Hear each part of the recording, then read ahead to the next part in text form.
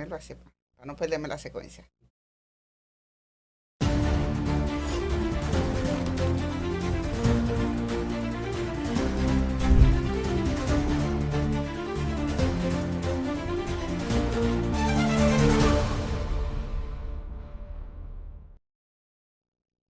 Buenos días, buenas tardes, buenas noches a todo el público. Estamos desde aquí, desde San Pedro de Macorís, con su programa Enfoque Político.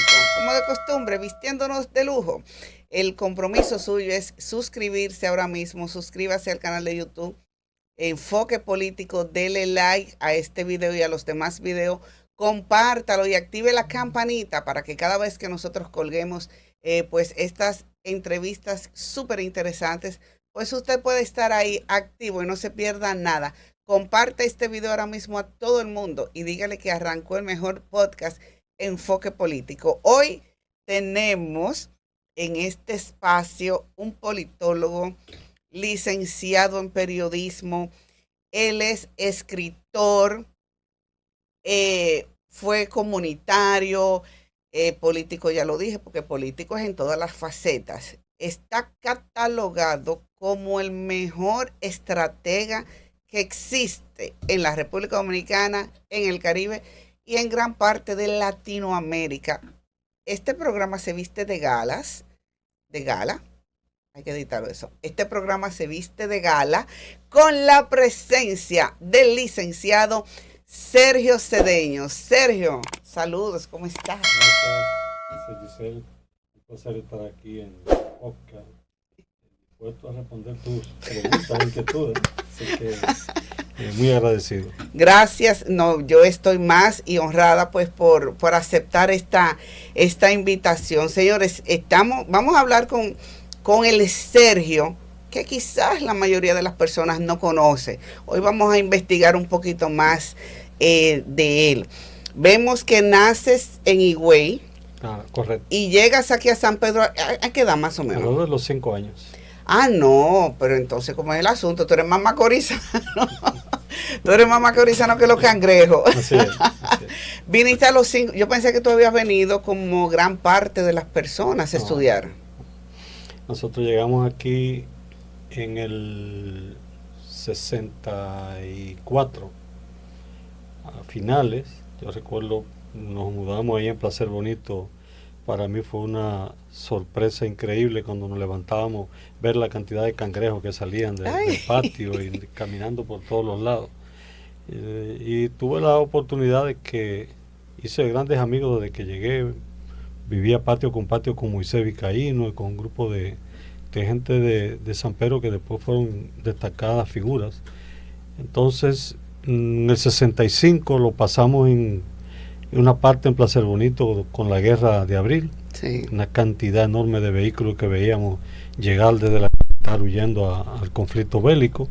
Y entonces ya el 66 nos mudamos al barrio Los Palitos, que era como se conocía Barrio México. Barrio México, ya. Porque era un barrio sumamente pobre, con casas de palo y hecha con zinc, hecha con diferentes tipos.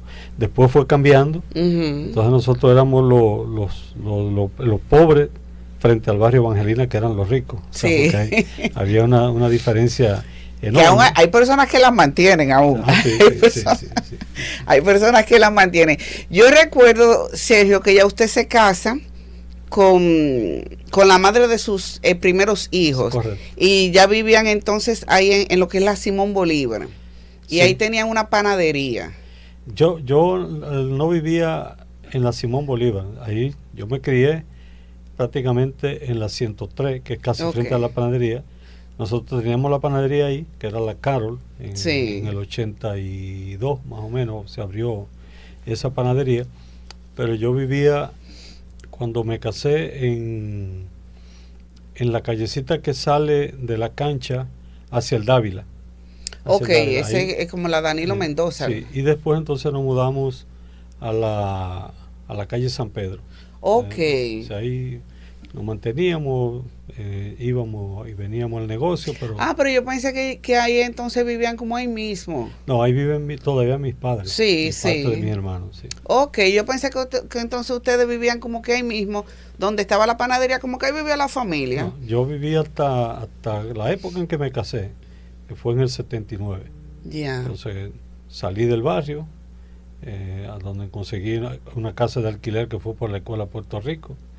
Ahí nació mi primer hijo Angel. Y Angel. después entonces, bueno, seguimos viviendo en algunos lugares más. Bien, entonces, Sergio, veo que usted es periodista, Claro. pero en algún momento como que se desarrolló así como los periodistas que nosotros vemos ahora, o luego le salió la pasión por otra cosa. ¿Cómo se manejó ahí, Sergio, en ese sentido? Yo siempre he tenido pasión por la literatura. Ujú. O sea, me gustaba escribir. Desde pequeño tenía mascotas llenas de poemas, de ideas.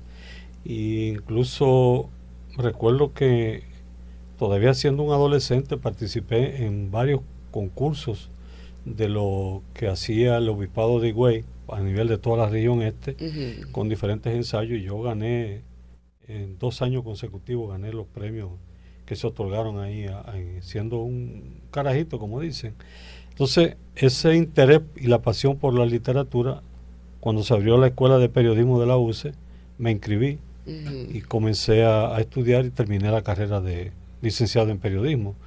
Luego hice especialización posgrado en la UAS, en la UTE, sobre todo en ciencia política y comunicación política, en gerencia de campañas electorales. Estudié en el IFEDET en Venezuela. Hice una maestría con la Universidad de Barcelona en todo el tema de ciencia política, y también hice varios cursos con otras universidades, todos una parte online y otra parte presencial. O sea que... Entonces, pero en decir en el periodismo, como tenemos un ejemplo, un Carlos Pérez, ¿usted nunca manejó el periodismo en esos niveles? Sí, yo fui director de noticiario de Radio Dial. Ok. Fui subdirector de la emisora de Radio Dial también. Yo dirigí varios programas de comentarios y entrevistas. El último que produje en San Pedro de Macorís fue Viviendo los Hechos, que es una creación mía. Oh, mira, no sabía ese dato. Que en el primer año llegó a ser el programa de más audiencia. Sí. En un solo año se convirtió en el programa de más audiencia en San Pedro y en parte de la región este, porque nosotros, algo que lamentablemente muchos periodistas no hacen, es que no le dan valor agregado a la noticia. Entonces se sientan y cogen un periódico y comienzan a leer lo que salió en el periódico en la mañana, sí, leyéndolo en la tarde, cuando las redes a 10 minutos ya te tienen la información toda. Entonces la importancia no es decir lo que ya ocurrió, la importancia es decir qué valor tiene eso y cómo influye eso y qué puede determinar ese hecho noticioso. Es el enfoque del por qué y para qué de la noticia, no el qué ocurrió, que es donde se quedan la mayoría. Y muchas veces, como usted dice, en la lectura hasta mal leen. Claro. Hay veces que siguen derecho que usted dice, pero ¿qué fue lo que pasó? Claro. Cayó un extraterrestre, pero es que porque no usan la coma ni los puntos. Eso es increíble. Sí. Hay mucho así, un saludo para aquellos, pero no vamos a mencionar el nombre, que este programa no es para eso. Usted pertenecía a un movimiento como de izquierda, Sí. la UPA, algo así. Sí. No, yo fui a los 14 años prácticamente, entré en el movimiento estudiantil. ¿Guerrillerito? Sí, en el movimiento estudiantil. De ahí del movimiento estudiantil en los liceos, básicamente en el José Joaquín Pérez y en el Gastón del Igne. Entonces fui reclutado y pasé a formar parte de Línea Roja del 14 de junio. O sea que, espérese. Ustedes de los que iban como con navaja y con cuchillo y con esa cosa peleando. Nada de eso. Quemábamos gomita a veces en la protesta, pero nada más hasta ahí. Y entonces, desde Línea Roja, en el 82, forman la Unión Patriótica como un brazo político de apertura hacia la sociedad, porque lo otro era una organización clandestina. Okay. Entonces la UPA nació como un proyecto para abarcar sectores de manera democrática, tratando de aprovechar un espacio democrático que se abrió en el gobierno de Balaguer. Pero todo lo que eran UPA como dirigente, eran al mismo tiempo dirigentes de la línea roja del 14 de junio.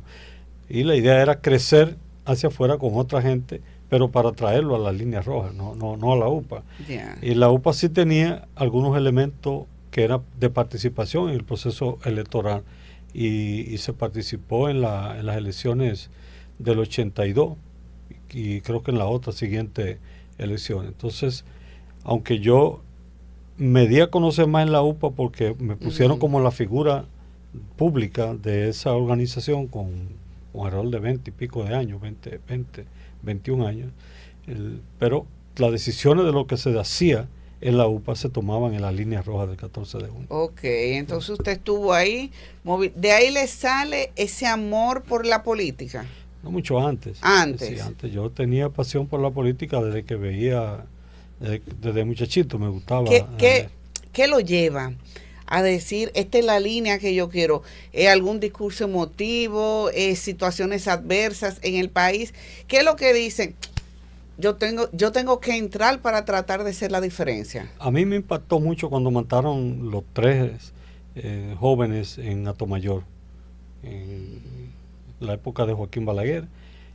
Asesinaron 3 jóvenes. Me afectaba mucho ver las luchas en la Universidad Autónoma de Santo Domingo, pero sobre todo la miseria, porque yo vengo de un hogar donde teníamos que levantarnos a las 4 de la mañana a hacer dulce, mantequilla, conconete, hacer gofio, salir a venderlo yo mismo a las 6:30 de la mañana por los colmados más cercanos, para regresar a las 7:30 corriendo con los chelitos del desayuno, bañarme y entonces seguir huyendo para el liceo a estudiar. Que no era fácil. Yo trabajé duro desde los 6 años con mi papá. Desde los 6 años. Que está entero el don.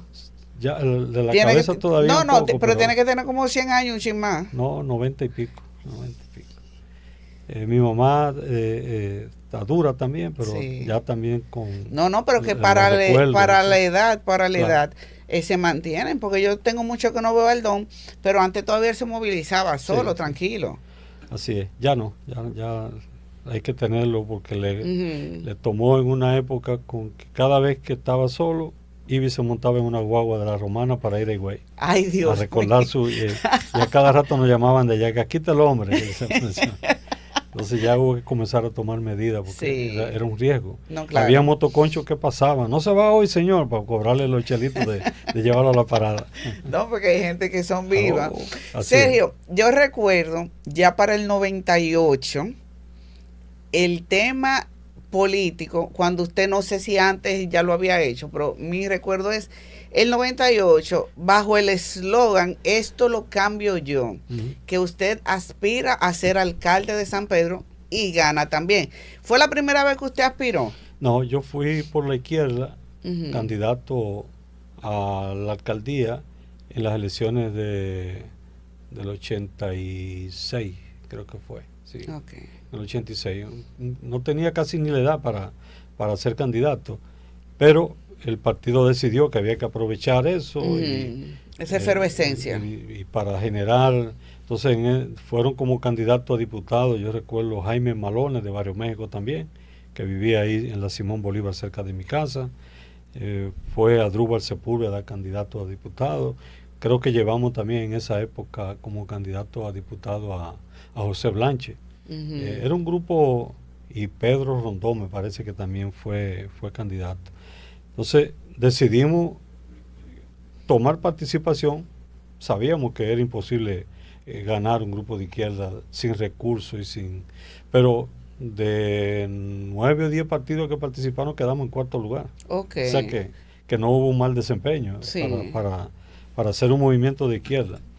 Luego en el 82 yo me retiro de la izquierda y decidí ya no volver a participar, sobre la base de una situación que se dio, que yo consideraba que era una contradicción profunda, y era que hubo una parte de la izquierda encabezado por Fafa Tavera que establecía que la revolución estaba al borde de la esquina, o sea que había que prepararse militarmente porque había una revolución ya que había prácticamente comenzado. Entonces yo decía, bueno, pero si estamos al borde de una revolución, ¿por qué entonces no nos entrenamos militarmente? Exacto. Y lo que estamos yendo es un proceso electoral en el 82. Le decía, no puede ser que tú me digas a mí que vamos a unas elecciones que se manejan con votos cuando lo que se está planteando es una revolución que se maneja con armas y con balas. Entonces, o hacemos una cosa o hacemos la otra. Entonces yo entendí que no era prudente. Lo otro que pasó, yo comencé a estudiar el periodismo en los finales de los 70. Me prohibieron que estudiara periodismo en la izquierda, porque tenía que dedicarme a tiempo completo. Yo tenía que buscarme mi sustento propio, porque esos partidos te hacían cuadro político y te mantenían trabajando 24 horas, pero no te daban ni un vaso de agua. Ni un vaso de agua. Entonces ya yo tenía un hijo. Y entonces, de repente, cuando comenzábamos a ir a grandes reuniones, tú te encontrabas que muchos de los principales dirigentes a nivel nacional vivían en casas muy buenas, tenían su profesión muy buena, tenían buenos ingresos, y entonces los que éramos los obreros de la política no teníamos lo tenían mareando. Ninguno. Y yo, no, pero espérate, no me permiten trabajar, no me dan ni siquiera una dieta para que viva mientras estoy para trabajando justificar. 24 horas. Entonces yo no tengo futuro ninguno, porque Exacto. ¿Cómo voy a criar mi familia? ¿Cómo voy a desarrollar la familia? Y finalmente entonces decidí que era mejor apartarme, sin pelear, sin nada. Dije, no, mire, yo llegué hasta hoy, yo no vuelvo más, no me quedo aquí. Y hasta el día de hoy abandonamos ese camino. De ese grupo, ¿usted conserva aún amistades? Casi con todo. Con todo, pero amistades buenas, que sí, siempre sí, se ven. Bueno. ¿Cómo se maneja en la actualidad? ¿Están en grupo de WhatsApp? No tenemos un grupo de WhatsApp específico, pero sí coincidimos en muchos grupos de WhatsApp. Okay. Por ejemplo, de esa época es Ramón Gómez, que es una persona que yo tengo muy buenas relaciones. Adrúbal Sepúlveda, que vino a la puesta en circulación de cuando el azúcar fue amargo.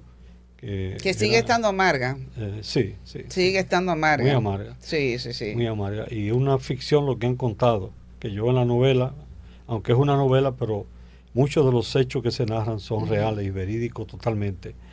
Entonces tengo relaciones con mucha gente, que Osiris Medina, que era de esa época. Sí, que fue cuñado suyo, ¿no? Del barrio, sí, éramos concuñados. Ajá. Estábamos casados con 2 hermanas. Sí. Él con una que vive ahí mismo. Mismo. Las dos hermanas viven una en la esquina de la otra. Que en estos días fue que yo supe que ellas eran hermanas. Yo no sé, para mí eran vecinas. Yo no sabía que eran hermanas, que dicho sea de paso, él lastimosamente, su cuñada, por decirlo así, perdió en las elecciones de la Junta de Vecinos. La apoyamos, pero bueno. Fue lastimoso eso. Eso es un comentario al margen. Sergio, cuando usted dice entonces otra vez, vamos a ir a política, en el Partido Reformista, alcalde de nuevo, o sea, usted lo hizo porque lo llevaron, le dijeron, ven, vamos a hacer esto, necesito a alguien que asuma esa candidatura, o usted dijo, yo voy a pelear esa candidatura y es mía, yo la voy a ganar. ¿Cómo se da ese engranaje? Ahí hay un proceso. O sea, yo entro en el 1982, ejerciendo el periodismo. Se celebra en San Pedro de Macorís el centenario de haber sido elevado a Distrito Marítimo. La Universidad Central del Este organizó una feria nacional y organizaron una serie de eventos. Se hizo un reinado igual que el que se hizo en el 32. Entonces, en el marco de todas esas festividades, yo era periodista fundador del diario, de Nuevo Diario, con Juan Bolívar Díaz, que es de San Pedro de Macorís, y escribía para el Nuevo Diario, pero antes de eso también hice un suplemento para el periódico El Sol sobre las fiestas patronales. Entonces, yo fui el responsable de hacer totalmente el suplemento. Y le hice una entrevista a Josecito Jacín. Cuando José vio la entrevista y la calidad de la pregunta que yo le hacía, se quedó sorprendido y me ofreció trabajo. Me dice, tú tienes condiciones excepcionales, yo creo que tú trabajes conmigo. Y yo estoy pensando en crear una fundación para trabajar temas de desarrollo de la región este. Me gustaría que tú me ayudes a armar eso. Y ahí es que nace la Fundación para el Desarrollo Integral de la Región Este, y yo paso a ser el director ejecutivo. Que hicimos cosas extraordinarias en la región este, desde los programas de desarrollo lechero con el PNUD, los programas de desarrollo de la industria metalúrgica para pequeños y medianos empresarios con financiamiento de Swissconta de Suiza, programa de financiamiento con el papá del rey de España, no el actual, sino el que está viejo todavía. Bueno, el papá de él estaba vivo en esa época. O sea, el abuelo del actual rey. El abuelo del actual. Y nosotros conseguíamos fondos de España, conseguimos fondos en distintos países de Europa, conseguimos un fondo del Banco Interamericano de Desarrollo, y cuando yo salí yo dejé casi el banco más de $500,000 de fondos distintos con los cuales para desarrollar. Entonces, en el 90, Balaguer le pide a don José que sea candidato a senador. Lo eligen, recuerdo, el 15 de marzo. Faltaba abril, mayo, faltaban 2 meses. 60 días justamente para las elecciones. Difícilmente en 60 días se puede cambiar la percepción de lo que ya la gente tiene pensado. Nada más lo han logrado 2 personas. Sí. Martínez Peña aquí, que no sé cómo ganó, pero en pocos días, y David Collado. Los únicos que en poco tiempo cambiaron una percepción así. Que don José, en nota al margen, don José, yo recuerdo que realizó una actividad en el Hotel Macorís, cuando en ese tiempo funcionaba en su esplendor, para los maestros. Yo recuerdo como vendiendo ese proyecto. De eso yo me recuerdo. Tengo un vago recuerdo. Pero nosotros hicimos también un acto en el estadio Tetelo Vargas, lleno, bleacher, todo lleno. Cuando yo vi eso dije, ganamos. Ahora, eso fue 2 días en el cierre de campaña. Cuando terminó ese acto, que yo veo la cantidad de gente que se me van acercando diciendo, tenemos que hablar, digo yo, vaya mañana por la mañana. Y la mayoría de las que estaban en ese acto llegaron a pedir para irse a votar para su pueblo. Digo yo, bueno, perdimos las elecciones. Porque teníamos gente en cantidad, pero que no votaban en San Pedro de Macorís. Entonces, don José me pone como jefe de campaña. Él sabía de mi inquietud de política. Me pone como su jefe de campaña. Yo le manejo la campaña. Queda como, aunque perdimos, queda con el nivel de votación más alto de lo que se sacó a nivel de senaduría. Sacamos casi un 42%. Lo que le faltó fue tiempo. Apenas tiempo. 45 días de campaña, porque en lo que se armó la campaña, se diseñaron los spots, comenzaron a imprimirse, se pasó 2 semanas. Esa fue la primera campaña que usted fue jefe. Sí. Ahí es que esto se inaugura. Sí, como jefe de esa campaña. Entonces, Josecito queda con el gusanillo de la derrota, y en el 91 me llama, me dice, yo voy a aspirar a senador, yo tengo que resarcir lo que pasó con mi papá, vamos a comenzar más equipo. Y efectivamente en el 92 se arma una estructura, yo comienzo a llamar a una serie de gente, ahí me traigo a Osiris Medina, que había sido de la izquierda conmigo, me traigo a Peco Rondón, que había trabajado conmigo, me traigo una cantidad de gente de la izquierda, lo incorporo en el proyecto, y comenzamos a dirigir el proceso y ganamos en el 94 las elecciones. Ahí el candidato a alcalde fue Ricardo Carti, recuerdo perfectamente.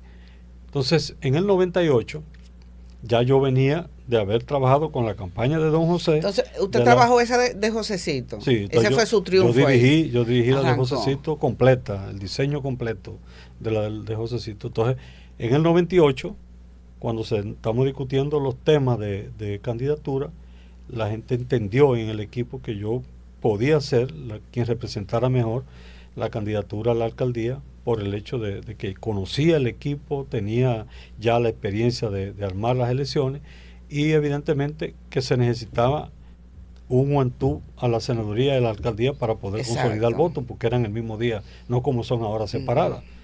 Entonces, acepté ser candidato con un PLD que estaba en ese momento en su máximo nivel de popularidad, pero con los diseños que hicimos se ganó tanto la de Josecito como la nuestra, más otras candidaturas a alcaldía que se ganaron en la provincia. Que usted, yo recuerdo, si mi mente no falla, usted le tocaba tanto Juan Dolio como Guayacanes, y creo que también Ramos Santana. No, yo dirigía la provincia entera.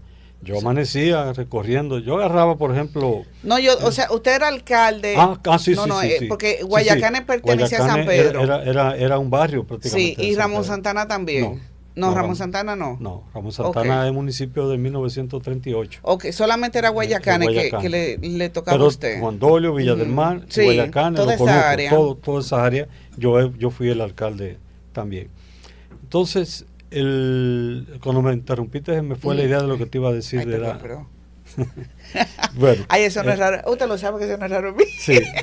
El hecho es que No en te la hablo. campaña de Josecito, yo tenía que andar la provincia entera. Recuerdo que Lila decía, pero que este muchacho del diablo me sale a mí por donde quiera, la vaina, porque había pese a que estaban en el mismo partido, Sí. había unas fuertes contradicciones. Ok, yo creo que se mantiene todavía. Yo creo que ya no tanto, pero es que esa es la naturaleza de Lila. A Lila le gusta pelear hasta con ella misma.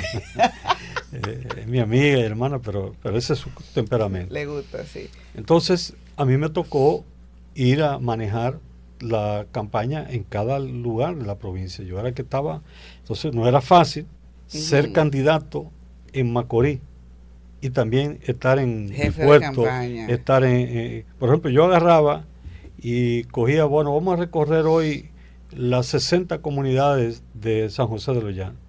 Y comenzábamos en Montelargo, de Montelargo, Honduras, de Honduras el Bronce, del Bronce el cruce de Callacoa a Redonda, a La Luisa, a Gautier, de Gautier a Mitel Blanco, de Mitel Blanco a Vitorina, a Paña Paña, Manguito, Coquito, y por ahí me iba a La Estrella, que no es fácil. Realidad, Caimito, todas esas comunidades yo me las conozco al dedillo. Igualmente en Ramón Santana, porque hice vida y yo compartía con la gente. Entonces, pero generé un liderazgo. Usted debió de tener un buen equipo aquí. Claro. Que se manejara en lo que usted estaba realizando entonces. Claro. Llegó un momento en que también bajé enormemente la actividad en la provincia para poder concentrarme en San Pedro, porque no había manera de hacerlo.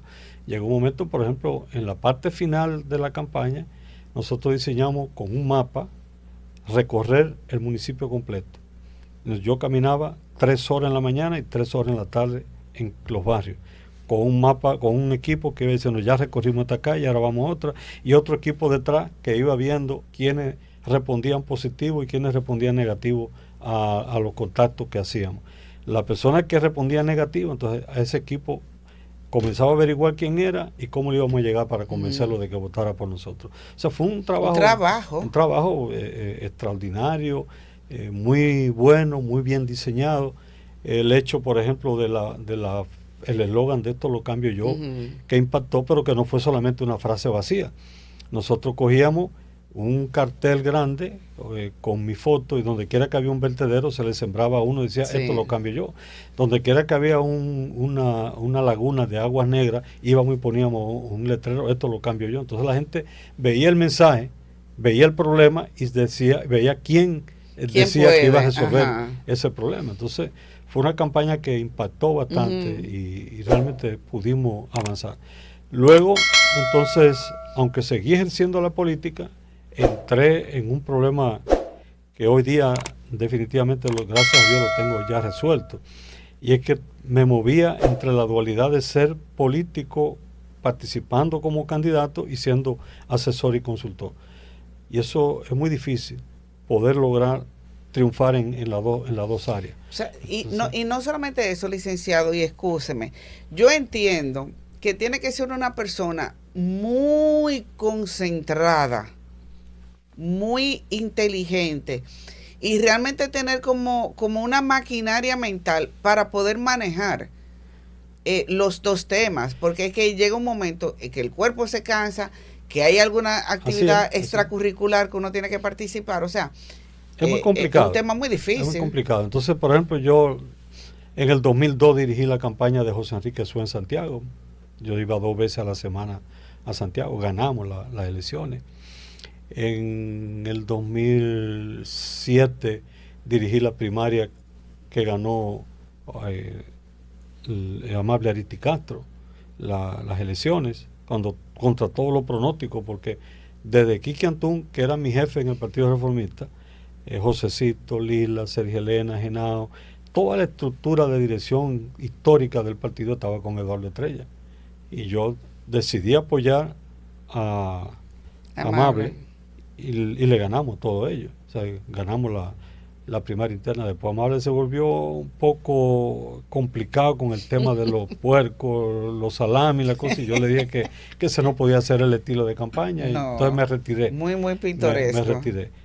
Pero yo, así como eso, también dirigí varias campañas a senadores, diseñé estrategia y investigación de mercado para senadores, por ejemplo, como Javier Lupe Montecristi, para Nova en Monseñor Noel.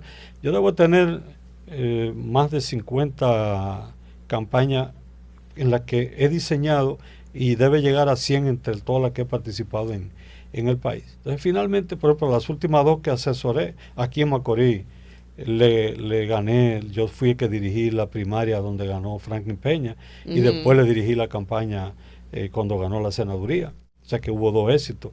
Ahora, en esta última campaña en Higüey, yo fui el asesor de Karina Aristi y el asesor de Onabel Aristi, y los dos ganaron también. Entonces me convencí de que debo dedicarme a ser asesor. Y a partir de ahora, yo lo que estoy es reestructurando todo, trabajando. Ya hay una serie de gente que me están llamando, porque yo he demostrado en los hechos que sé dirigir campaña, pero soy malo dirigiendo la mía. No, yo no diría que es malo. Lo que pasa es que hay veces como que nosotros nos montamos en ola y el mote renunció, o sea, eso se quedó, pero las personas, y usted quizás haya sido culpable, que no ha cacareado quizás lo que usted hizo en el tiempo que duró siendo alcalde. Yo recuerdo, yo tengo vago recuerdo, que usted me va a ir corrigiendo si sí o si no. Yo recuerdo que el concepto de los policías acostados, que no había, que se calibraba en muchos barrios, eso fue en esa gestión que se manejaron. El único alcalde que yo recuerde así, que ha salido en medio de tragedia y luego de tragedia, de catástrofe, con machete en mano fue usted. Yo recuerdo la Independencia como usted la andaba con un machete cortando luego del huracán George. O sea, en el agua me no daba en la cintura en el Pedro Justo Carrión. Usted en la gestión suya, yo recuerdo que se manejó el tema en Placer Bonito, en las decoraciones de los barrios. También, sí. Y eso de Placer Bonito, eso trajo una revolución histórica, que fue el barrio que ganó. Y usted realizaba muchas cosas, aparte del trabajo per se del ayuntamiento, usted realizaba muchas cosas positivas. Porque eso nunca usted como que lo cacareó. Yo lo he mencionado en muchísimas ocasiones. Pero nosotros lo que pasa es que la gente escucha lo que quiere oír. Y cuando está metido en temas políticos como adversario, no le interesa tampoco tu lógica, porque no quiere que tú lo convenzas. Entonces todo eso generó, por ejemplo, ahora mismo, en este último proceso electoral, yo perdí las elecciones por traiciones internas muy fuertes. Personas yo no quería tocar esos temas, pero es verdad que Franklin Peña lo traicionó a usted. No, yo no voy a mencionar nombres, no voy a meterme en eso, pero sí hubo traiciones. Yo sé, pero al Garnel, mucho, de los 80, yo te puedo decir que de los 80 candidatos a regidores que yo llevé en las diferentes plataformas políticas, el 50% traicionó. Cogieron los cuartos, se fueron de la ciudad, le cogieron cuartos al alcalde, al PRM, y se sentaron y no trabajaron. Si yo no hubiese estado tan bien posicionado, yo te pregunto, pero por aquí vino un empresario de la zona turística de Bávaro, como una semana antes, y me dijo, y ellos hacen encuestas y tienen información, me dice, tú estás ganado, pero por mucho, toma esos 5 millones de pesos para que te ayude. Otro empresario grande me llamó, me dice, óyeme, tú estás demasiado bien en las encuestas, yo vi una vaina en el Palacio que tú estás arriba, pasa por aquí que te voy a dar una ayudita, 2,5 millones de pesos para el día final. Yo reuní 40 millones de pesos. Al famoso día D. Para el día D, 40 millones de pesos con lo que buscó Josecito. Ahora, del otro lado, manejaron casi 200. Más las traiciones.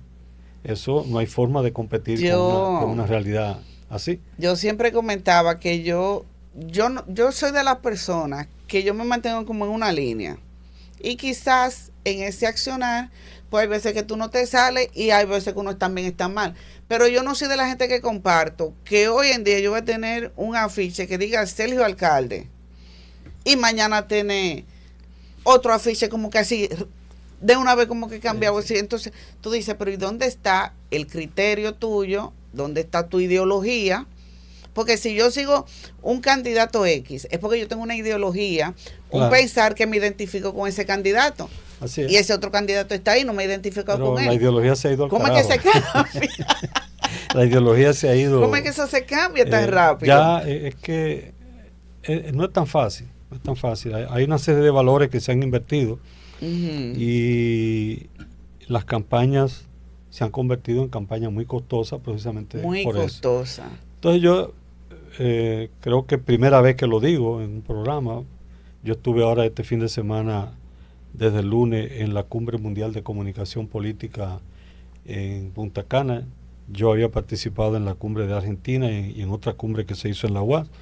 Y comencé a restablecer mis relaciones con una serie de empresas internacionales, porque incluso tuve la satisfacción de encontrarme con 2 consultores de los mejores ahora mismo de América Latina, que me reconocieron ahí en ese evento que yo fui su maestro, porque yo dirigí la escuela de campañas electorales del Instituto Republicano de los Estados Unidos en Venezuela durante 3 años.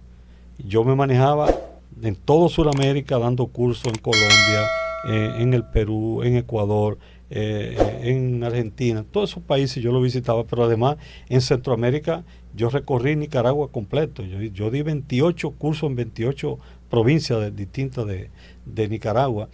En Guatemala fui expositor en la Universidad de San Carlos y asesoré a alguna gente. Incluso trabajé con 2 personas que luego fueron presidentes. Ya yo no estaba con ellos cuando fueron, pero con Álvaro Colón yo tuve sesiones de trabajo cuando él comenzó a aspirar.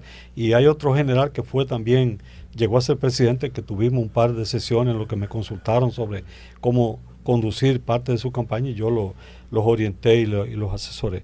Entonces, ese valor que yo tengo académico, de conocimiento profundo, ahora mismo en República Dominicana el libro más completo sobre el diseño de una estrategia de campaña electoral fue el que yo escribí hace 3, 4, 5 años, considerado, incluso lo están usando algunas universidades como libro de texto.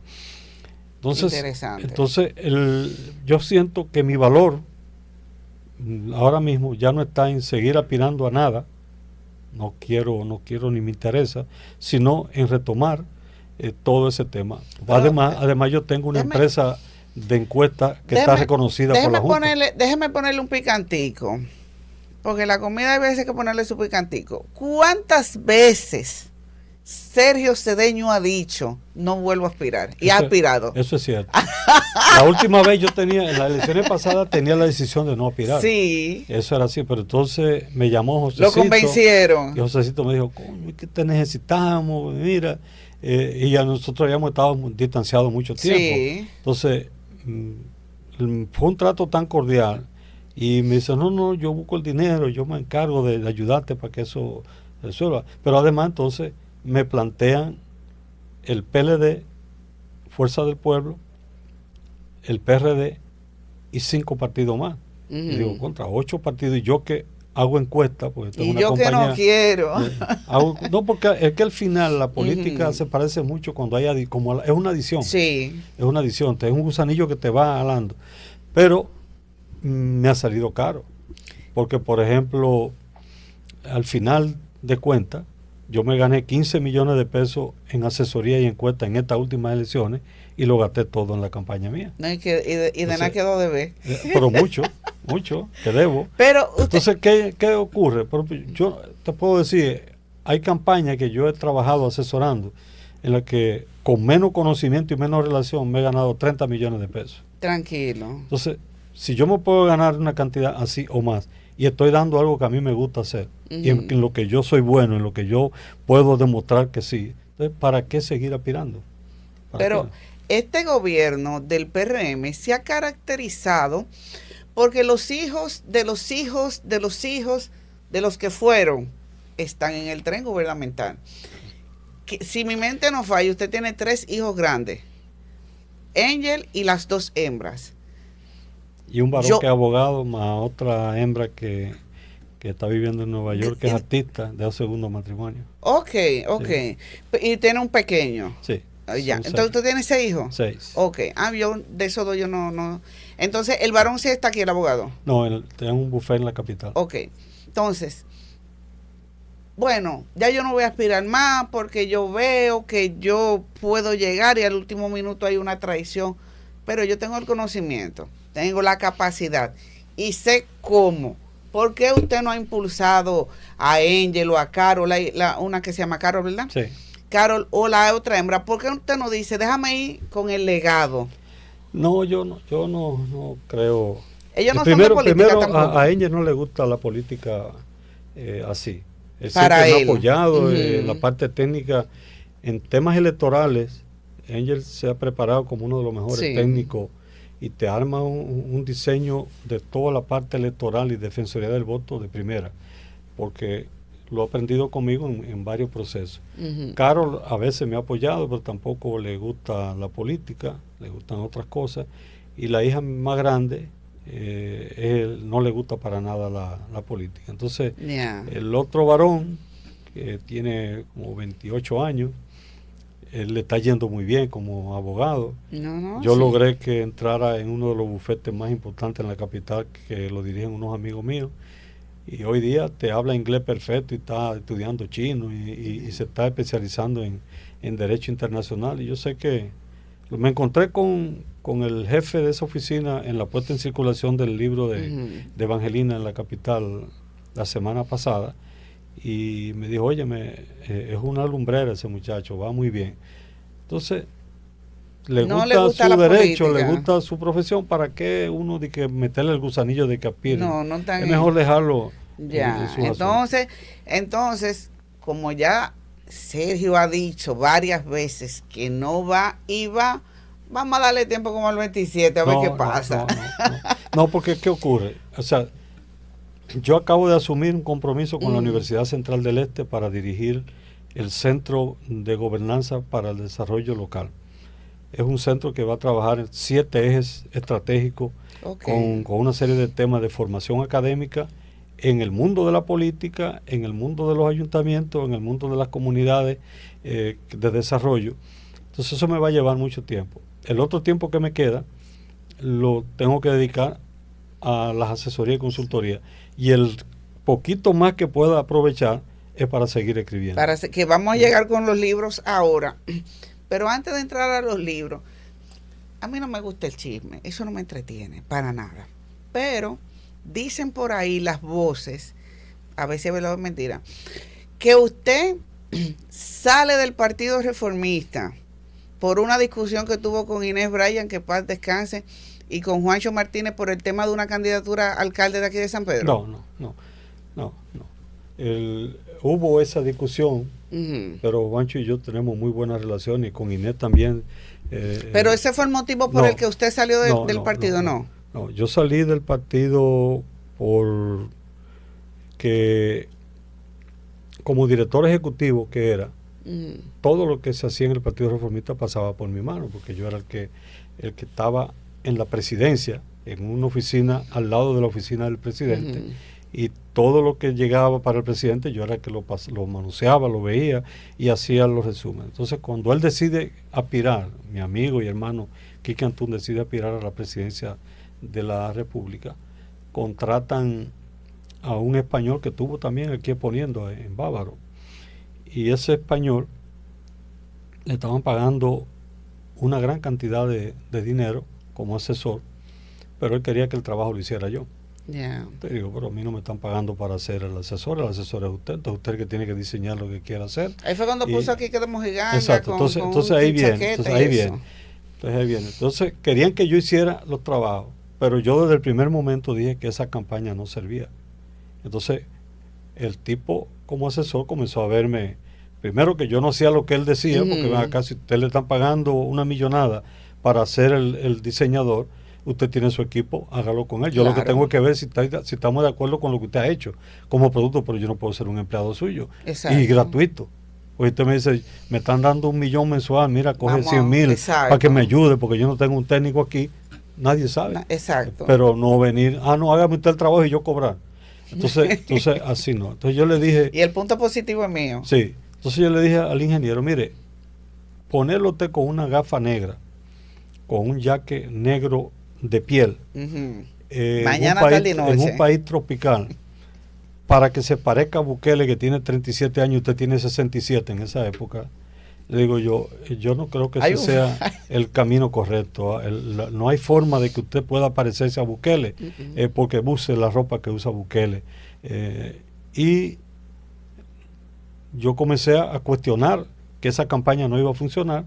Entonces me peleé con ese español, y en una reunión me faltó el respeto, diciendo que una actividad había fracasado porque yo era el culpable de que fracase yo, pero yo no tengo que ver con esa actividad. La organizaron ustedes, la diseñaron ustedes, buscaron un grupo de jóvenes aparte para hacerla. Si fracasó, yo ni siquiera participé en nada, porque ni siquiera eso fue en Santiago. Entonces, ahí vi que lo que estaba ocurriendo era muy complejo, que estaban tratando de buscar un culpable para lo que ya sabía que iba a fracasar. Y yo dije, bueno, mejor me voy tranquilo. Pero no tuvo nada que ver con Inés. Realmente el comentario primero sonó como que usted había dicho que no iba a participar en la campaña política, luego supuestamente que se armó como que la estructura, entonces usted dijo, pues yo voy. Eso fue lo que yo había tenido entendido. No, eso no es así. Ya, eso fue lo que yo tenía entendido. Entonces, realmente, el señor Quicantú no debió de prestarse para esa cosa, porque lo primero es a título personal. Para mí él no quería ser presidente nada.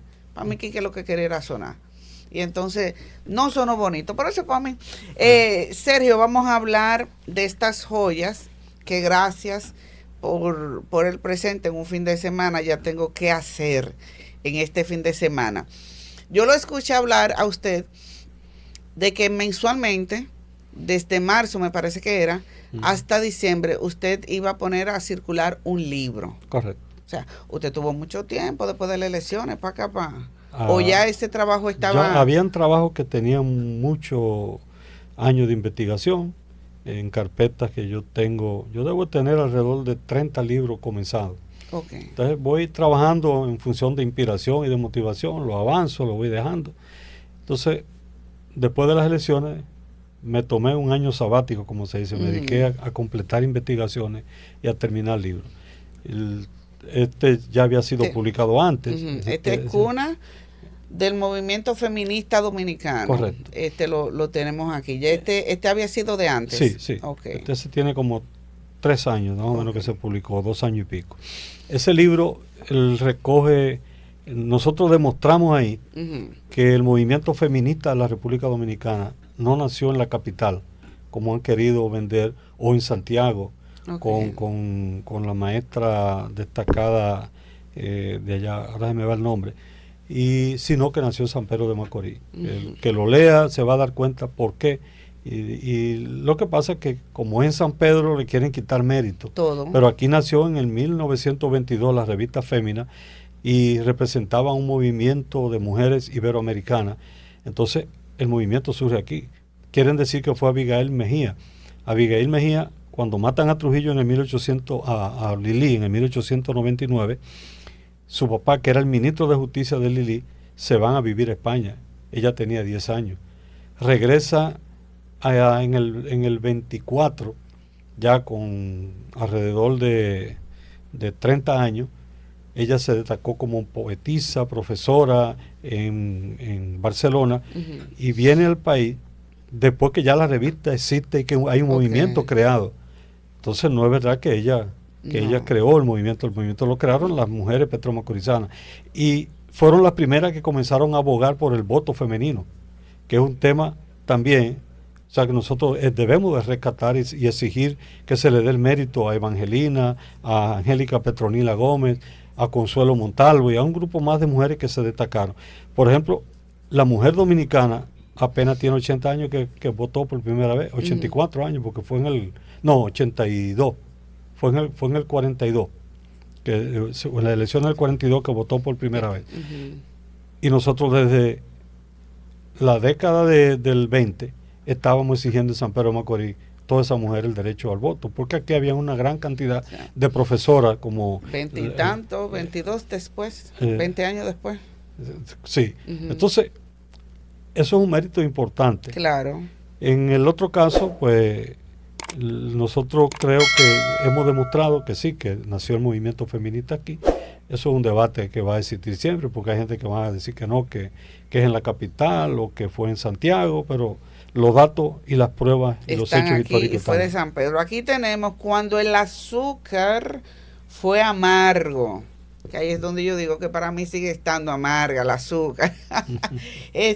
Cuéntenos un poco de... Bueno, es una novela. De este ejemplar. Es una novela que también se desarrolla entre Angelina, el San Pedro de Macorís, la provincia completa, pero sobre todo la mayor parte está en Angelina, San Pedro y Ramón Santana. Comienza con el inicio de la zafra azucarera de 1879 y a partir de ahí va narrando cómo esa industria azucarera, que aquí la han querido vender como la panacea, como lo mejor que hubo y que todo el mundo vivía en abundancia. Sí, la danza de los millones. Una danza que no existió.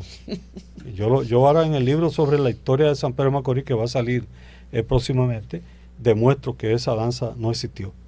Eso es un eufemismo y es plantear algo irreal. Entonces, el azúcar en Macorís comenzó a ser amarga desde su fundación, porque las plantaciones de caña que se hicieron fue despojando a campesinos de su tierra, matándolos, quitándosela, extorsionándola, de todas las formas. El que no vendía lo mataba. Lo mataban. O le daban una golpiza que quedaba inválido. Y el otro era, casos muchísimos que ocurrieron, mire, ¿usted quiere vender? Sí, yo quiero vender, deme el título suyo, o fírmeme este papel de que usted es poseedor, porque había gente que tenían título, pero había otros que lo que tenían era posesión, porque muchas de esas tierras eran comuneras. Hasta 1920, cuando se establece el sistema Torrens, no había muchos títulos de tierra. Pero entonces habían abogados demostrados en la historia con hechos concretos que cogían el título, vendían al ingenio y no le daban los cuartos a la familia. Se iban del país o se iban para otra provincia y engañaban a la familia. Entonces, la industria azucarera surgió del despojo de mucha gente. Pero los mismos industriales también vivieron en carne propia ese problema, porque el ingenio Angelina, que comienza en 1876 con la siembra de caña y inicia su zafra en el 79, fue Amechazurra el que inició ese proceso. Vino de Cuba, probó la siembra de caña y dio resultados extraordinarios. Va a Cuba, convence a otros empresarios que vengan al país, porque en Cuba había una guerra civil entre los mambises que peleaban contra los españoles para liberar a Cuba y declarar la independencia, y que estaban al frente Martí y el dominicano Máximo Gómez. Entonces, cuando llega Juan Amechazurra a San Pedro de Macorís, inauguran en enero, y ya en diciembre el ingenio no era de ellos, ya lo habían perdido. Eso es un dato que no te lo dan en la historia. Pero ya de una vez. En menos de un año perdieron el ingenio. ¿Cómo lo perdieron? Amechazurra se asocia con, creo que Guridi, que era familia de Francisco Angulo Guridi, y que una de las calles de Barrio llega por allá. Entonces, Guridi pone la tierra y Amechazurra pone el equipamiento técnico y los conocimientos técnicos y la maquinaria. Pero en derecho el valor está en la tierra. En la tierra.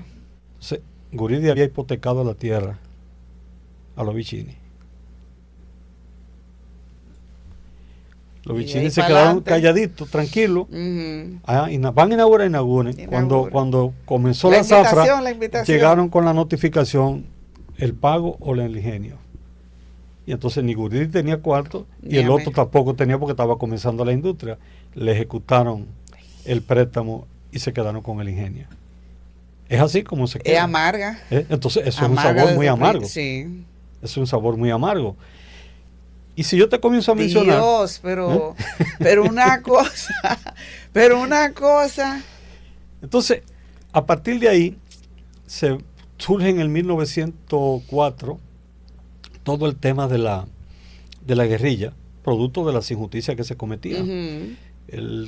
Te comienzan a trabajar con la migración, porque los dominicanos no querían cortar ni sembrar caña porque les pagaban 10 centavos por día. Ujú. 10 centavos por día. Eso no daba ni para comprar la comida. No, no. Entonces, traen los puertorriqueños, desde que los puertorriqueños ven eso, dicen, eso no es con nosotros. Se mandan. Aquí no es.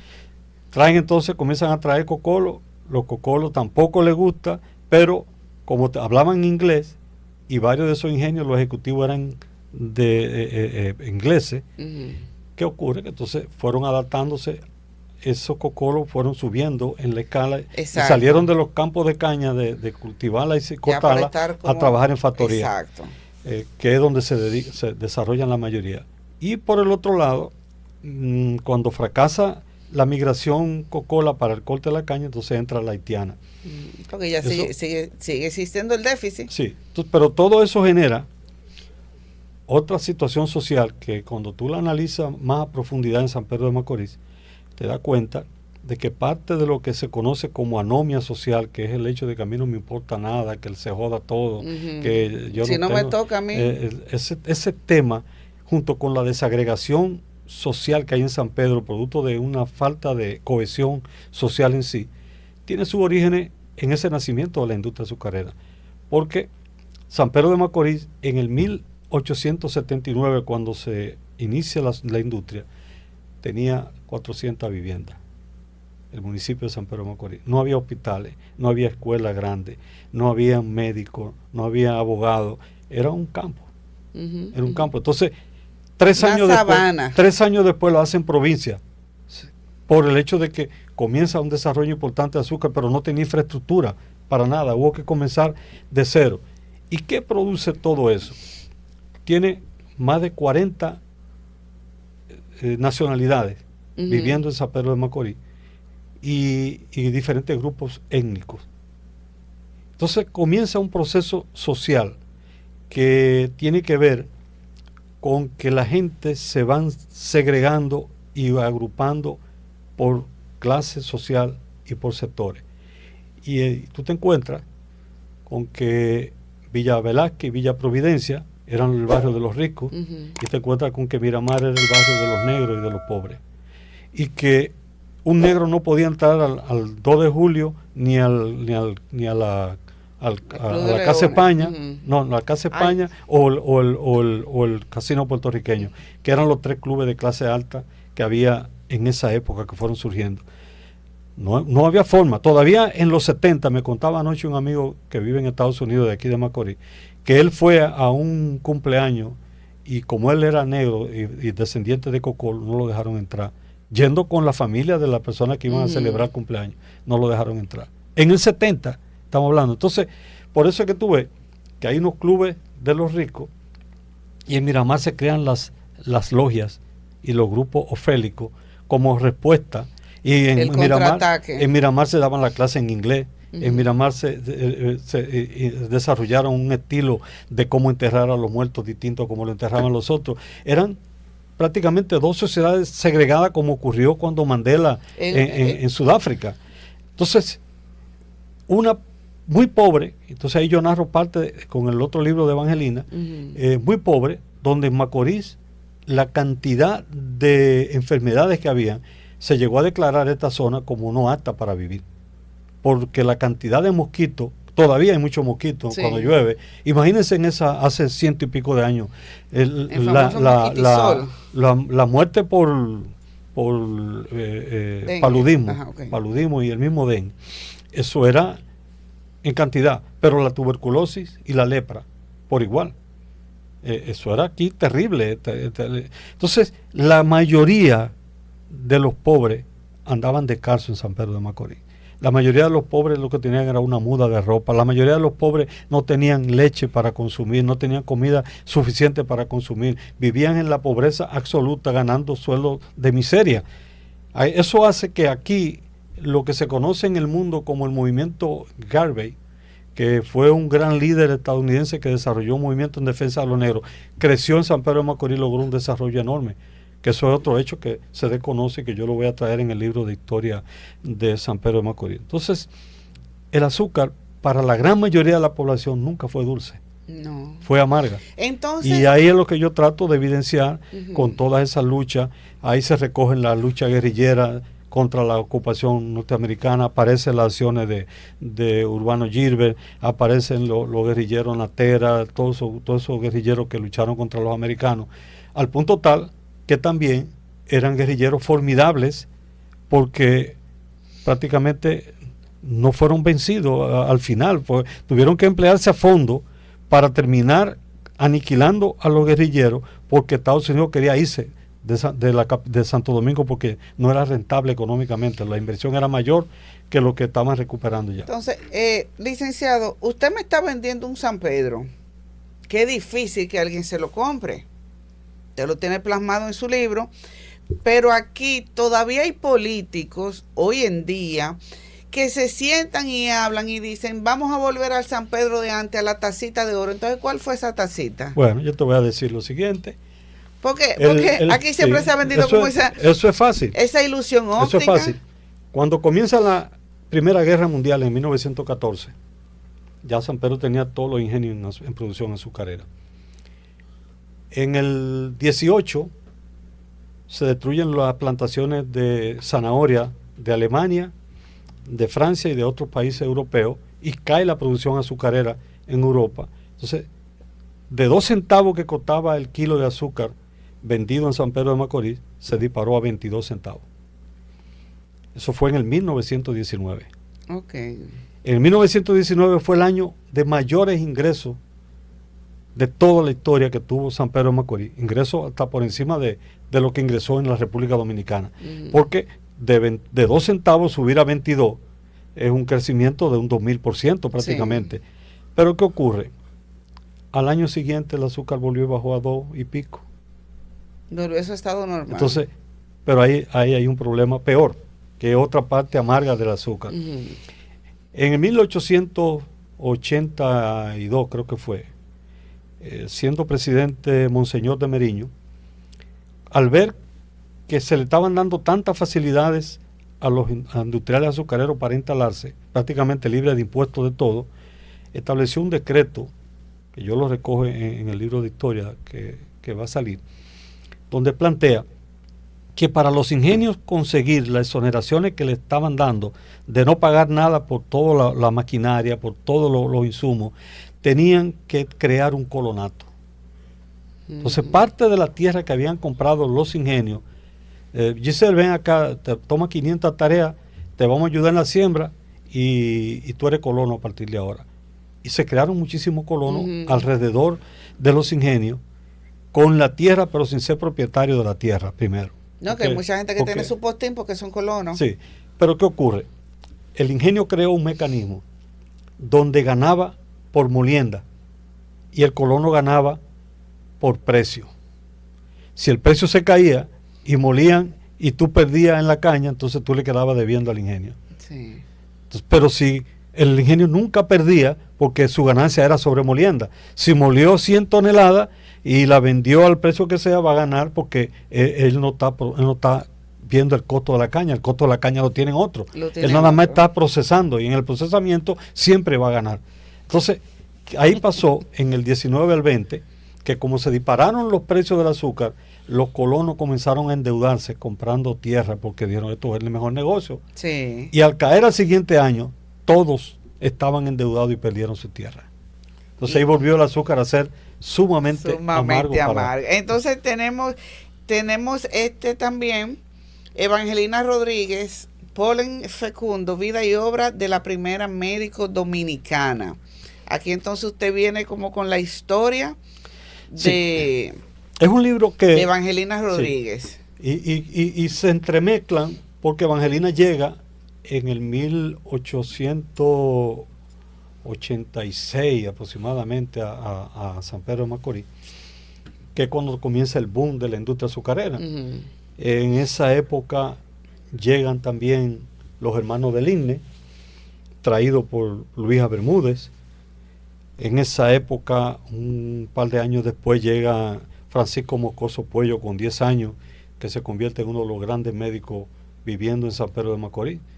Y después que es médico, crea la clínica más desarrollada en términos de equipamiento de la República Dominicana, que está frente en ese edificio donde operó la UCE, que está frente a la Cámara de Comercio. Ese edificio abandonado que está ahí hoy, ahí operó la clínica del doctor Francisco Moscoso Puello. Entonces, Evangelina se inserta en ese proceso, viene de Higüey, de una familia un poco acomodada, pero que el papá no la reconocía, la reconoció pero no le daba apoyo. Entonces la abuela se muda a San Pedro de Macorís, viendo que San Pedro comienza a tener movimiento económico con la industria azucarera, pero aquí Evangelina lo que vendía era gofio. Y cuidaba a Rafael del Isne, que ya tenía mutiladas las manos y los pies por la lepra, y le dictaba parte de sus escritos a la misma Evangelina, porque la mayoría de la obra producida por Rafael del Isne fue una obra dictada, porque ya no podía escribir por la lepra. Entonces, esa Evangelina es de la que se convierte en la primera estudiante, junto con la Richier, en la escuela que crea Nacaona Moscoso Puello, que es una escuela traída también por Luisa Bermúdez aquí y yo estoy terminando otro libro sobre Luisa Bermúdez que no existe, que nadie conoce la mayoría de lo que fue Luisa Bermúdez, nada más que fue poeta, que fue escritor, que fue escritor de obras de teatro, pero muy pocas cosas. Por arribita. Entonces, con el libro de Evangelina, yo rescato, primero, una cronología muy completa de su vida, que ningún otro libro de lo que se han publicado sobre ella la tiene.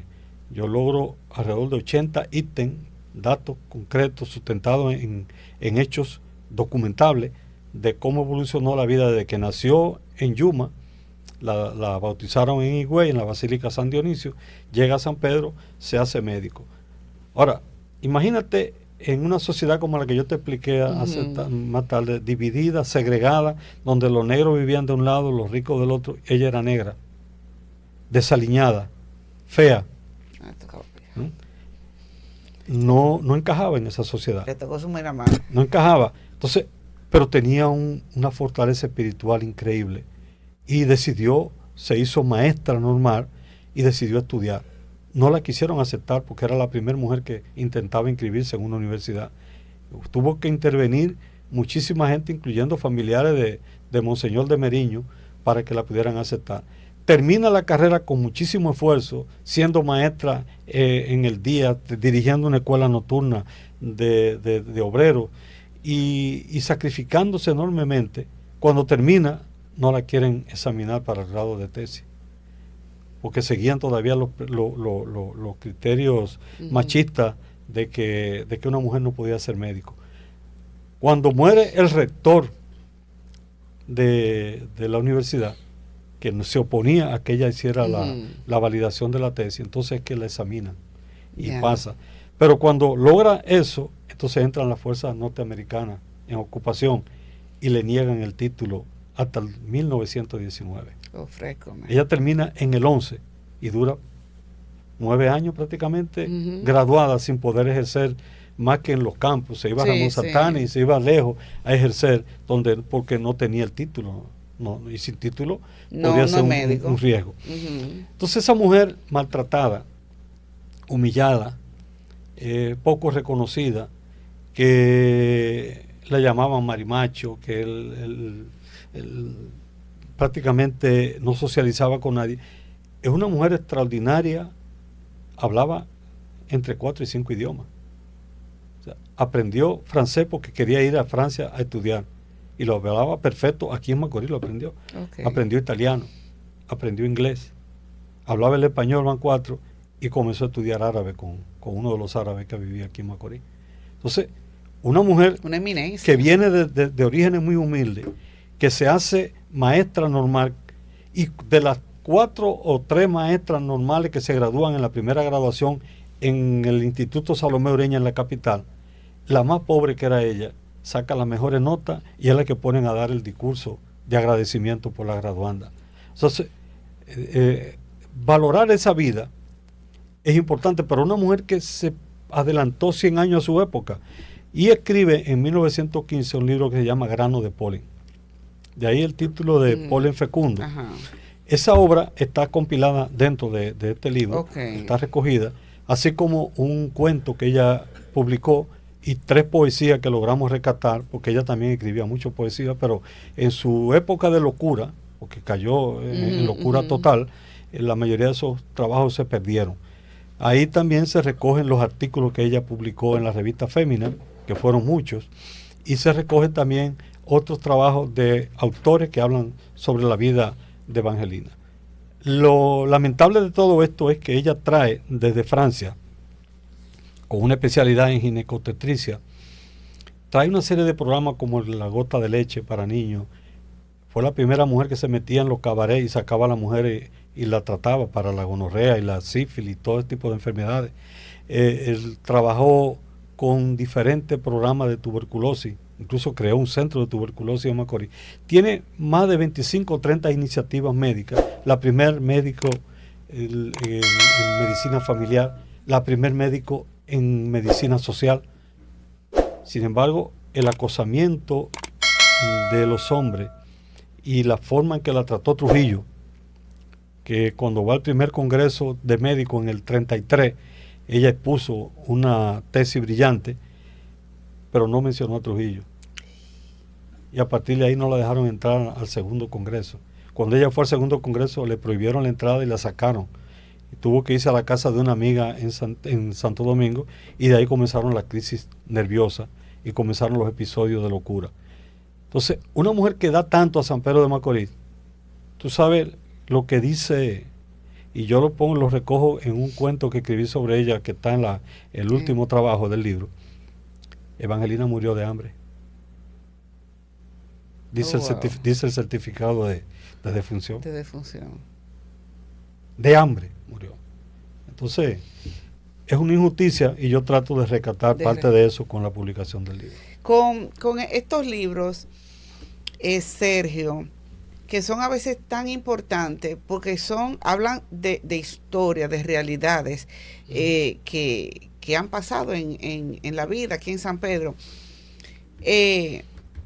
¿Dónde nosotros podemos adquirir este libro? Las personas que van a ver este podcast, que como yo han quedado encantados, y como yo sé que lo van a leer, ¿dónde se puede conseguir estos libros? Mira, los 2 primeros están en Cactus y también en Centro Cuesta del Libro, pero la editorial Santuario, que es la que se está encargando de publicar los libros, está en la capital. Ellos aparecen en los libros los teléfonos y la dirección de editorial Santuario.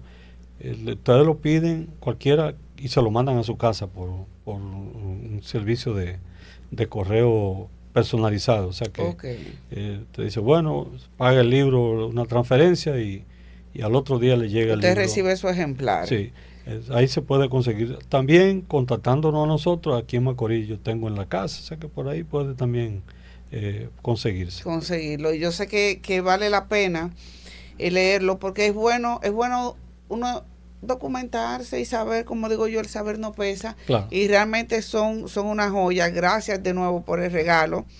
Gracias por haber aceptado la invitación. Nosotros llegamos como que al final muy rápido. El conversatorio, esto tiene que venir como... Él dice que él no va a aspirar más, pero estamos en el 2025. Nosotros para finales del 26 o principios del 27 vamos a estar recordando este momento cuando él dijo, no voy en temas políticos. Pero la invitación queda abierta para otro momento. Claro. Para otro momento. Podemos hablar sobre muchísimos temas, porque... Esos santos que se desmontaron, como Macorís era millonario, de rico, es un santo desmontado. Hay más santos que se tienen que desmontar. Pero muchos. Aquí hay cantidad de cosas que se ha dicho que fueron, que realmente no fueron. Entonces, son ficciones, son elementos que se argumentan, pero aquí hay una cantidad. Mira, yo he dicho que San Pedro de Macorís, así como yo escribí esa novela que forma parte de una trilogía, porque estoy escribiendo la segunda, que se llama A la sombra del poder, pues por la figura de Trujillo, que yo la narro en esa novela bastante completa. Trujillo comienza su carrera militar en San Pedro de Macorís. Okay. Trujillo se gradúa en el 19 como teniente de la Guardia Nacional, que era una academia en Jaina que tenían los americanos, y viene como jefe de la Guardia Nacional a Macorís. Y aquí comienza a hacer fechorías de todo tipo, pero fechorías que están documentadas. Es en San Pedro de Macorís donde uno de los dos hermanos en Ramón Santana le da una galleta a Trujillo. Es aquí en San Pedro, en la cúspide de la iglesia de los Llanos, donde Trujillo le da una carrera porque intentó violar a una muchacha que la subió al campanario. Y todavía en la década de los 70 esa señora vivía y narraba, y hay entrevistas que se le hicieron. Eso está recogido en la novela. Trujillo mandaba a coger preso a la gente y le quitaba $150 y se hizo rico en Macorís para montar su proyecto presidencial. Entonces todas esas cosas están documentadas en la novela. Y todo lo que yo digo son hechos verificables en la historia. Pero sabio el don. Inteligente. Inteligente. Claro que sí. Hizo claro todo, que sí. no, entonces él la hizo apoyado por su padrino, que era el que era presidente, que al final como que traicionó también. Horacio Vázquez. Horacio Vázquez. Sí, pero antes de Horacio Vázquez, él logró forjar su propio desarrollo. Y incluso aquí en Macorís, Teodulo Pina Chevalier, que era tío de Trujillo, era empleado del ayuntamiento en San Pedro de Macorís. Okay. Su hermana japonesa era dama de compañía en San Pedro de Macorís. Dama de compañía es lo que se conoce. Eso mismo, dama de compañía. Ay, santo. Entonces, son una serie de hechos históricos y políticos que podemos seguir viendo. Por ejemplo, cuando Trujillo gana en el 30, ¿dónde son los dos sitios que menos votación sacó? Aquí, asumo. Aquí y en el Ceibo. Los dos sitios donde más daño hizo Trujillo. La votación más bajita fueron en esos dos lugares. Entonces, Macorís es una cantera. Esos dos estas dos provincias, ¿tuvo una consecuencia negativa? Claro. ¿O fueron ignoradas? Claro, porque me lo contó don José. Trujillo llega al club 2 de julio, a una fiesta que había. ¿Ya como presidente? No, como jefe del ejército. Llega con toda su charretera, bien, porque andaba siempre impecable.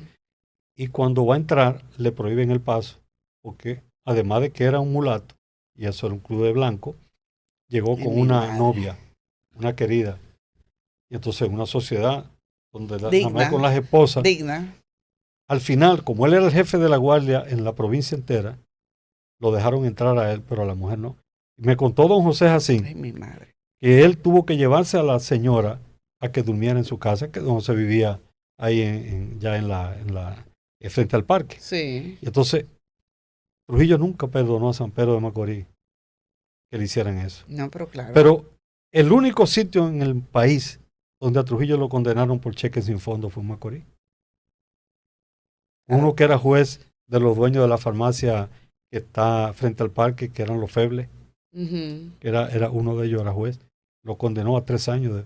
No lo cumplió, porque hizo toda la maniobra del mundo, pero lo condenaron. Como se utiliza ahora. Pero lo condenaron a 3 años.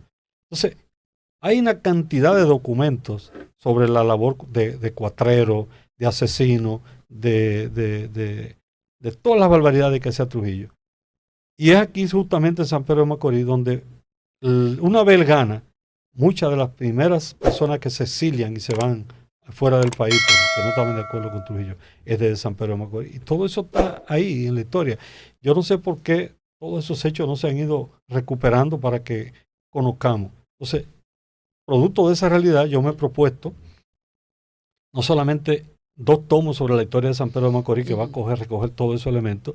Yo estoy terminando lo de la vida y obra de Luis Bermúdez, que yo lo llamo el arquitecto del desarrollo cultural de San Pedro de Macorís y demuestro por qué. Pero también estoy terminando la vida de Procopio Mendoza, le llamaban Copito Mendoza, que lamentablemente es una figura desconocida en San Pedro de Macorís.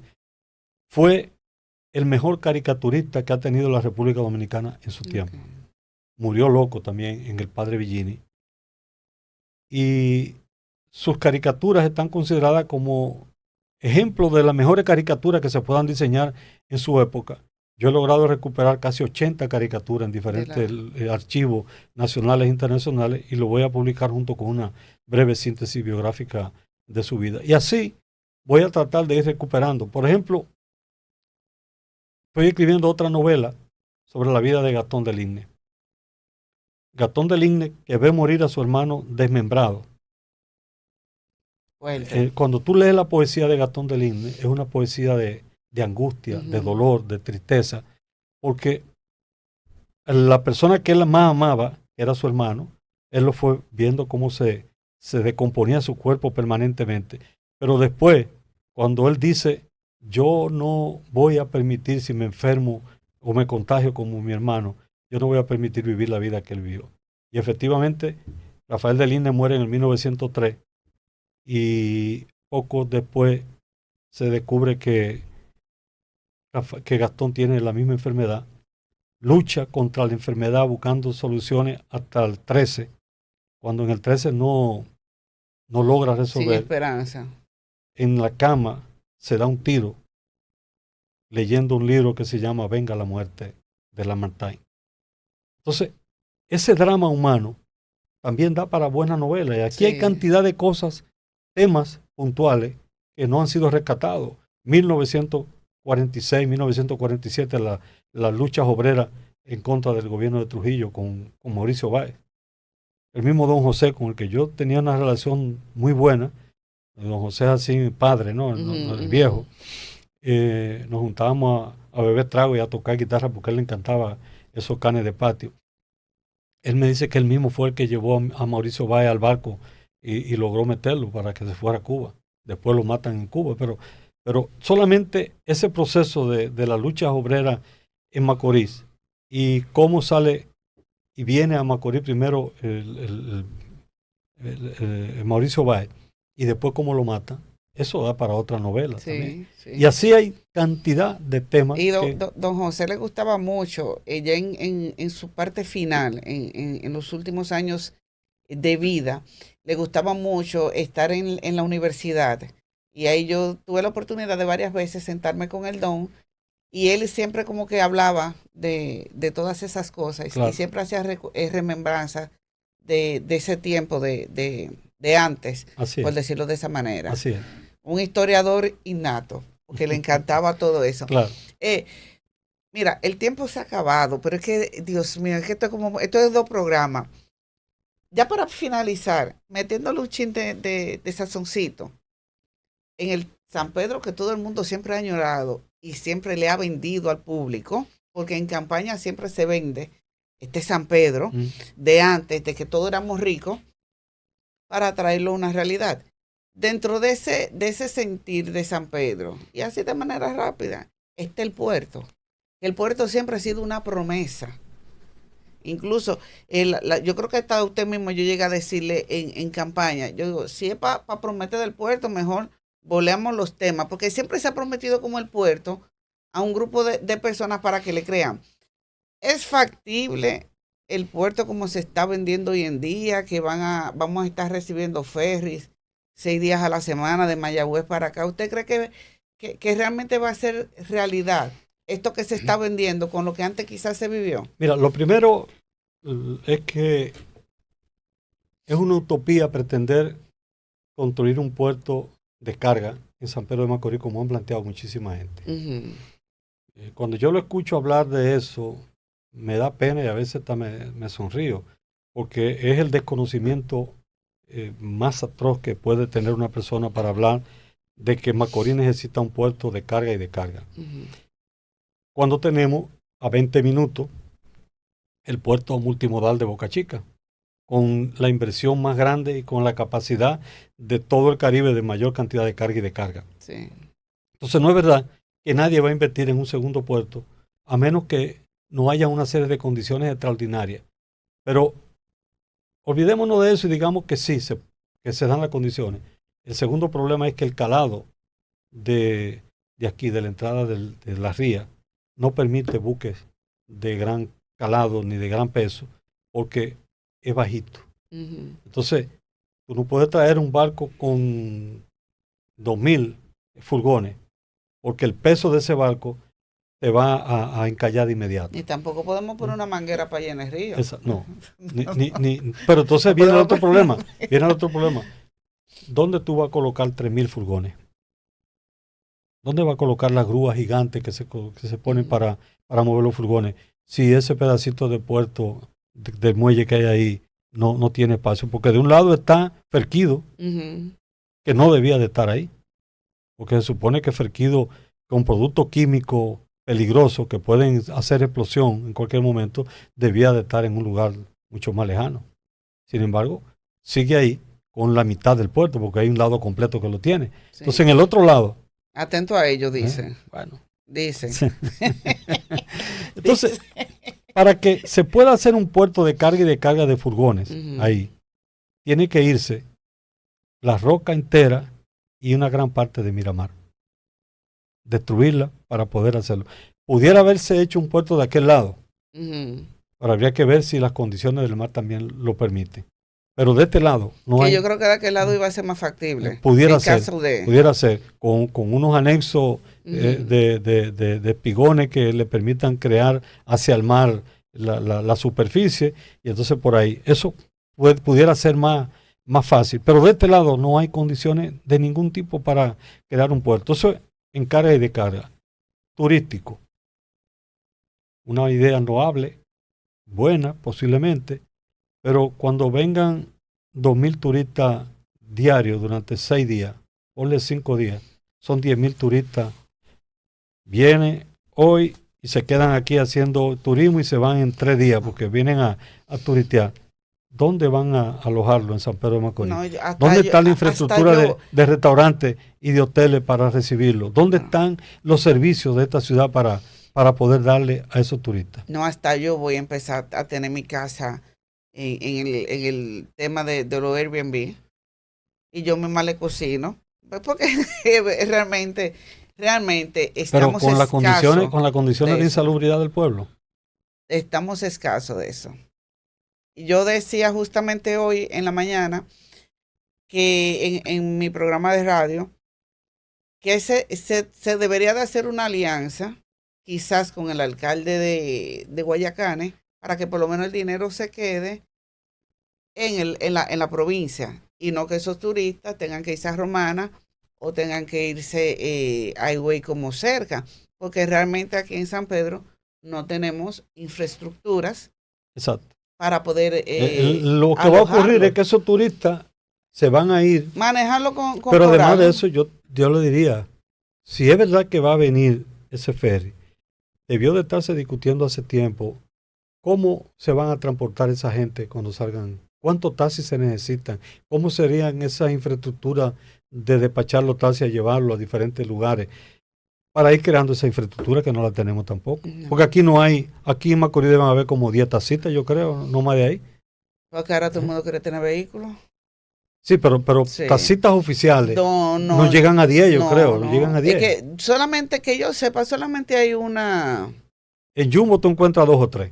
Sí, pero esos son como independientes. Sí. Pero yo creo que es una sola, que hay como una central, una sola.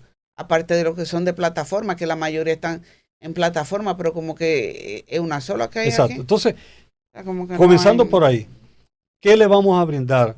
Bueno, pero ¿qué artesanía tiene San Pedro de Macorís? ¿Dónde están los hichos o sea, debió de estarse ya trabajando en un diseño de planificación de cómo es que vamos a recibir y cómo es que vamos a lograr que esa gente que lleguen aquí, se queden aquí una parte y inviertan en Macorís, porque si solamente es venir e irse, lo que nos van a dejar es la huella ecológica, lo que nos van a dejar es el daño ecológico a nosotros, y los beneficios los va a conseguir Higüey, Bávaro, la capital y Guayacanes. Pero nosotros vamos a quedarnos con la suciedad, con todos los problemas y sin recursos generados por esa visita que van a hacer. O sea que Eso debió de estarse planificando ya. Eso digo yo.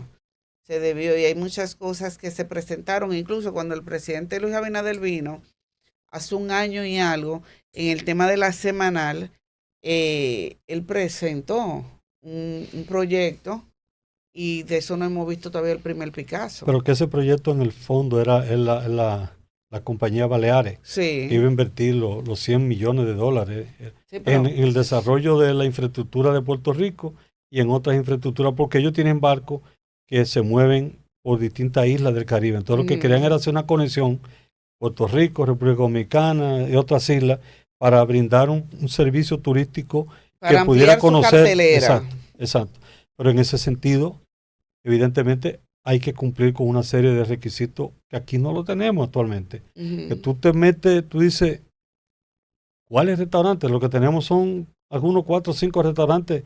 La mayoría se llenan con 30 gente, con 40 gente. No, y usted sabe que si usted tiene ahora mismo, para que emprenda el negocio, si tiene una marquesina grande, ahí usted pone 3 sillas y ya también. Porque así es lo que se está haciendo aquí. Hay un solar baldío, lo limpiamos y le ponemos 5 mesas. Porque ese es el concepto que tenemos aquí de restaurante también. Es lamentable, claro, pero una realidad. No hay un sitio como que bonito, como aparece. Pero también en su mayoría son así como que al aire libre. Y ciertos conceptos. Pero pudiera ser, si se logra hacer como un concepto integral. Tú puedes decir, bueno, vamos a hacer restaurancitos al aire libre en diferentes sitios como parte de una cadena de servicios en el que en un lugar se vendan comida cocola, en otro lugar se venda comida árabe, en otro lugar se venda comida de tal tipo. Y entonces la gente va a pasear por ahí, encuentra artesanía, pero Macorís ni siquiera tiene una artesanía típica de San Pedro. Teniendo los guloyas que debió de haberse desarrollado una artesanía de los guloyas, teniendo los coches que pudo haberse hecho, ha habido intentos, pero no hay una sistematización de un tipo de artesanía que sea una marca propia de San Pedro de Macorís. Entonces, todo eso implica planificación durante mucho tiempo. ¿Esa carga se la han dejado solamente a la pelota? La carga representativa. Prácticamente, pero tampoco hay una artesanía del béisbol. No la hay, pero sí hay un movimiento solamente pelota. Los cocolos, los guloyas están en todo, pero no tienen como esa gran relevancia a nivel de promoción. No, ni siquiera un local que debían de tener. Exacto. Donde tú pudieras llevar a esos turistas a darle un baile, venderle guavaberi, venderle la yaniqueque, venderle cosas típicas así. Exactamente. Pero no, no se está haciendo. Todo se está dejando como que en la fuerza de la pelota. Así es. Todo se está sustentando solamente en la pelota. Y la pelota no es solamente de San Pedro. No. La pelota no es ni solamente tampoco de San Pedro. El museo que se construyó tiene las condiciones necesarias para brindar ese tipo de servicio. O sea, porque no tiene tanta cantidad de productos a exhibir que sean atractivos. Yo quería meterle sopita, pero él vació el pote. Ese es otro tema. Ese museo es otro tema. Bueno. Porque ese museo, ¿usted ha ido? No, pero lo he visto de fuera, sí. He visto que tiene muchas camisetas. Yo siempre dije, desde que se dio el primer Picasso, tenemos que tener, porque yo no gano nada con ir y ver la camiseta que tuvo Sammy Sosa cuando dio el jonrón número 600 en la guerra con Mark McGwire y no poder llevarme una réplica. Claro. Pero si yo voy a un museo donde me están enseñando cosas que yo que me gocé, que me disfruté, yo quiero tener la réplica de esa camiseta. Pero además es que el concepto, fíjate, acuérdate que yo fui el que planteé. Una réplica filmada por Sammy Sosa. Yo fui el que planteé hacer el Museo del Pelotero en el programa de gobierno que presenté. El concepto que yo tengo no es el concepto que se hizo. Lo primero es que tú no puedes lograr un museo del pelotero sin asociarte con la Federación de Peloteros y con los dueños de equipo. Porque ¿dónde te van a exhibir la corona que ha ganado las estrellas? ¿Te la van a dar para llevarla a un museo que se pueda perder? Entonces, el museo no iba ahí. El museo iba en el estadio Tetelo Vargas, donde hay parqueo suficiente y donde se pueden hacer juegos de estrella con turistas que vengan a compartir y con todos esos peloteros retirados que hay en Macorís, conocido ampliamente en Estados Unidos, hasta firmándole pelota, nada más para decir, no, me la firmó fulano de tal que estaba ahí. Alfredo Griffith duró 2 horas y firmó y vendió pelota, y vendió 100 pelotas a tantos dólares, una parte para el pelotero, una parte para el museo y otra para el sindicato.